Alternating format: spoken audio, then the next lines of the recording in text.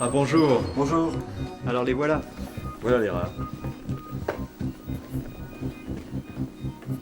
Je pense qu'on peut les poser là. On les pose là. On a installé le dispositif de votre expérience au Oui. mieux. Ça me semble parfait. Peut-être pour l'explorer, on peut mettre tout de suite les rats dedans. Je ne sais pas si c'est possible. On essaye. J'espère qu'ils n'ont pas été trop perturbés par le voyage. Oh, j'espère que non, dans quelques minutes ça ira mieux.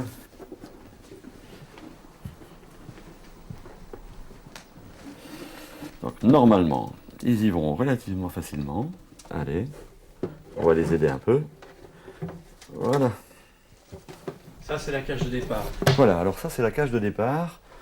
Cette cage actuellement est fermée par cette petite porte, je vais l'ouvrir.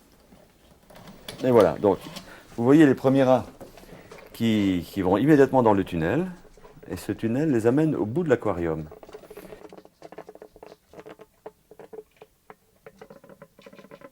Donc ils arrivent au bout. Voilà. Bon, il n'a pas trouvé les croquettes pour l'instant. Il faut quand même reconnaître qu'ils sont en train d'explorer. Ah ben voilà, celui-là s'est levé, il a trouvé la mangeoire, il a attrapé une croquette. Donc immédiatement il revient. Ah, il est tombé sur il a croisé les autres. Donc voilà. Il remonte dans le tunnel et il va aller se manger sa croquette tranquillement dans un coin. Donc là, ils sont en train d'apprendre. Oh ben là, ils sont en train de mémoriser l'aspect spatial de l'aquarium. Il faut dire que le rat est un animal extrêmement doué sur le plan spatial. Hein. Dans la nature, il a un territoire qui s'étend sur des centaines de mètres généralement et dont il mémorise absolument tous les détails. Donc c'est pas un problème pour lui. Voilà. Alors, est-ce qu'il a... Non, à part celui-là, qui n'a encore pas trouvé la solution, mais qui va pas tarder à mon avis, voilà. Là, je pense que comme il n'y a aucune difficulté, on va voir apparaître un comportement tout à fait caractéristique du rat, qui est l'amassement. Ils vont déménager absolument toutes les croquettes qui sont dans la mangeoire. On va laisser quelques heures comme ça, c'est largement suffisant pour qu'ils aient absolument compris la règle du jeu, on va dire.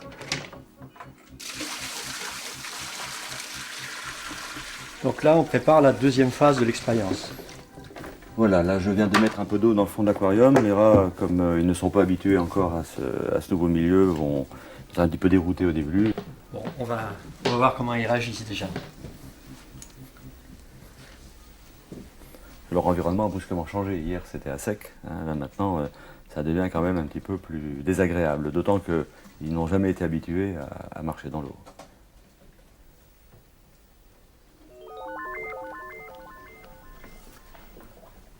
On dirait qu'ils marchent sur la pointe des pieds. Ouais, ouais.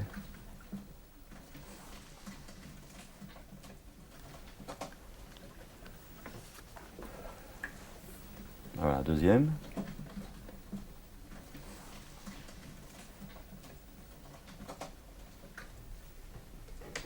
Et voilà, ça y est, là ils ont trouvé la nourriture. Hein, comme on le disait tout à l'heure, ils repartent dans la cage pour manger. Hein. Pendant ce temps-là, le deuxième est parti.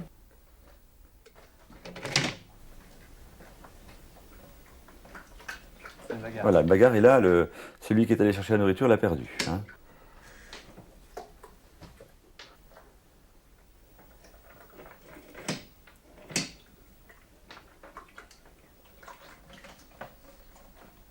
Voilà, tout le monde mange.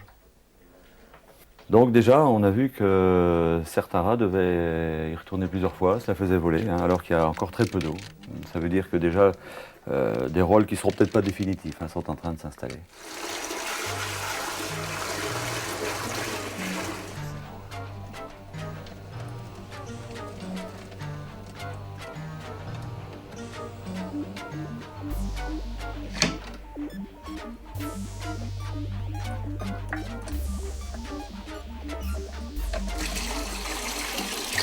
Alors là, l'idée, c'est de les obliger à nager, c'est ça? Voilà, exactement. Là, le niveau est tel qu'ils vont être à la limite de perdre pied. Donc c'est vraiment un tournant crucial. Là, je pense que la différenciation va vraiment commencer à apparaître maintenant.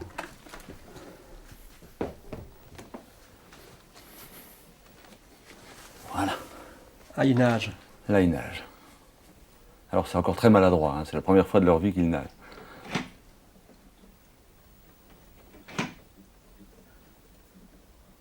Voilà, là les premières attaques se font, c'est franc et sérieux, là la différenciation est en route. Voilà. Donc notre pauvre nageur, là, qui est allé le premier, a perdu sa croquette. Différenciation des rôles Des entre rôles, ceux qui... voilà. Ceux qui s'occupent des transports de nourriture et nourrissent les autres finalement, hein.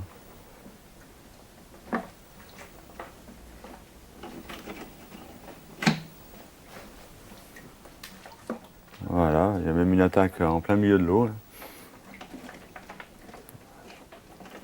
Je vois que ceux qui sont mouillés n'ont rien à manger. Non, en fait, ceux qui sont les plus mouillés sont ceux qui s'occupent des transports, mais comme on leur vole leur nourriture, finalement ils ne pourront manger et ils ne pourront recueillir le fruit de leur travail en quelque sorte que lorsqu'ils auront nourri tous les autres.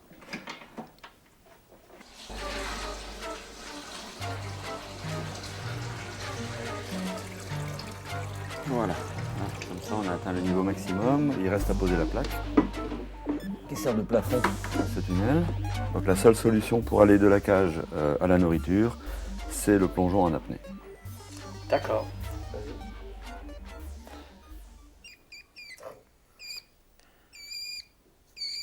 Avant de les envoyer dans le tunnel immergé, vous les marquez, c'est ça? Voilà, alors maintenant on va donner une identité à chaque rat afin de vraiment pouvoir les repérer.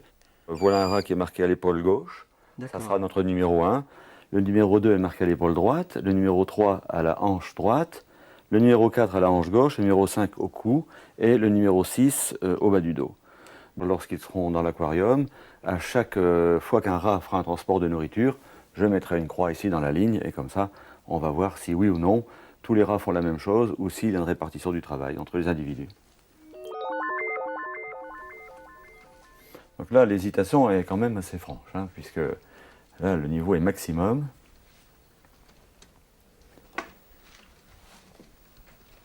Voilà, ça c'est celui-là qui va inspecter. Donc ça c'est le numéro 3 qui est allé inspecter.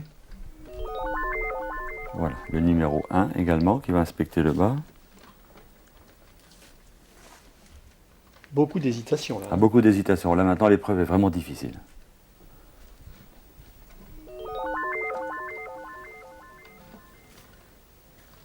Ça c'est le 4. Voilà, le 3.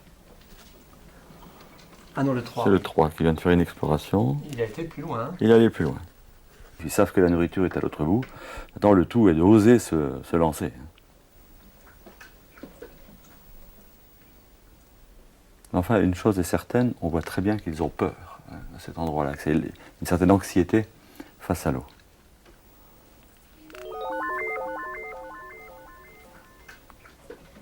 Voilà, le numéro 2, le premier. Il prend sa croquette et là, naturellement, j'ai peur qu'il se fasse accueillir sévèrement à l'arrivée. Ouais. Pour l'instant, il passe parce qu'ils ne se sont pas aperçus.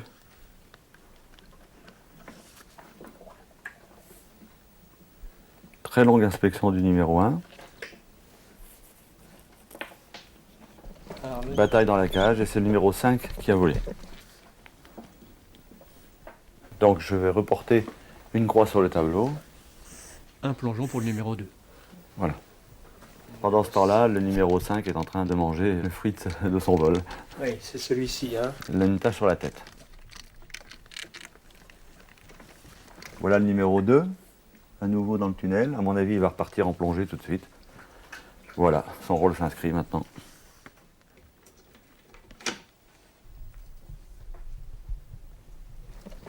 Il se la fait prendre. Je lui rajoute une croix. Donc le numéro 2 a plongé 2 fois. 2 fois pour l'instant, il n'a toujours pas mangé.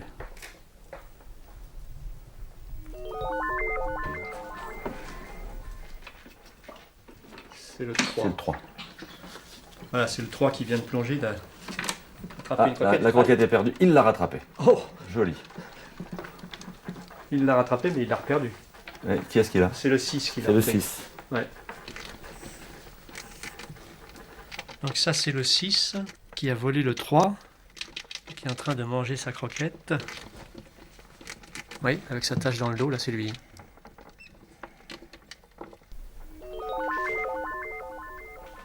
Le 1 va y aller. Voilà le 1 qui plonge.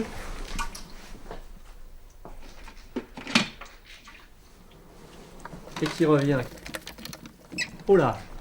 Une bagarre assez violente avec le 6. Ouais, bien, bien, bien. Et il a gardé sa croquette. Et le 3 pour le 1. Alors, est-ce qu'on peut faire le bilan? Alors actuellement, il y a 3 races sur les 6 qui ont transporté. C'est un hasard, mais ce sont les 1, 2 et 3.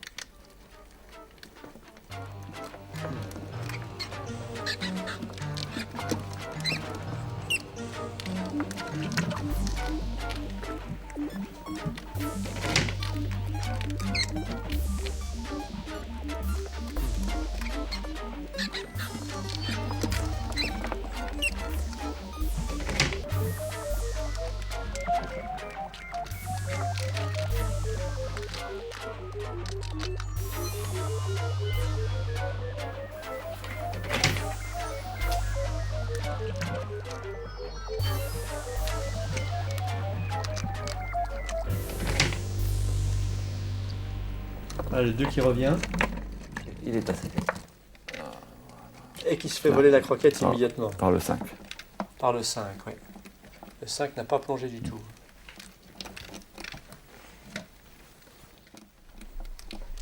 Bon, j'ai l'impression que c'est calme, là ils sont tous en train de manger. On peut peut-être faire le bilan de nos croix.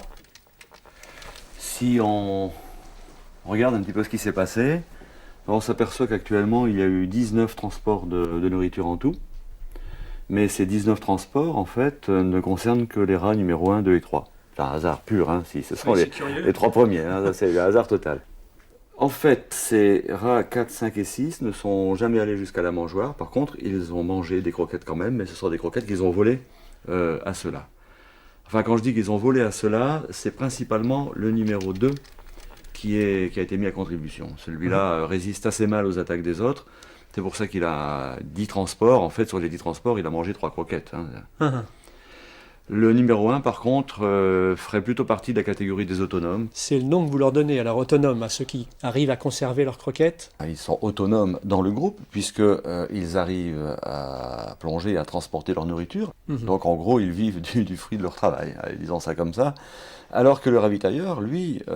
C'est-à-dire le 2 et le 3. Le 2 et le 3, ces rats-là doivent d'abord nourrir les autres pour que ces rats qui leur ont volé la nourriture les laissent tranquilles. Concrètement, quand le 4, 5 et 6 ont leurs croquettes, sont en train de manger, le 2 et le 3 arrivent à manger. À manger. À leur Ils tour. font un dernier transport, et cette fois, c'est pour eux. Voilà. Et là, il revient et il est tranquille parce que tout le monde mange. Tout le monde mange. Et là, on peut dire que le groupe s'est stabilisé. Les rôles ne vont plus Ah, changer. non, les rôles ne changeront plus. On peut continuer ça pendant 6 mois s'il faut, tous les jours, ça a été fait. Là, les rôles vont se rigidifier complètement. C'est ce que vous observez dans votre laboratoire. Actuellement, je dirais qu'on a dû faire passer pas loin de 1000 groupes et on a toujours la même chose. Il y a peut-être 1% des groupes où tout le monde plonge. Mais dans l'immense majorité des cas, on a à peu près moitié-moitié de transporteurs et de non-transporteurs.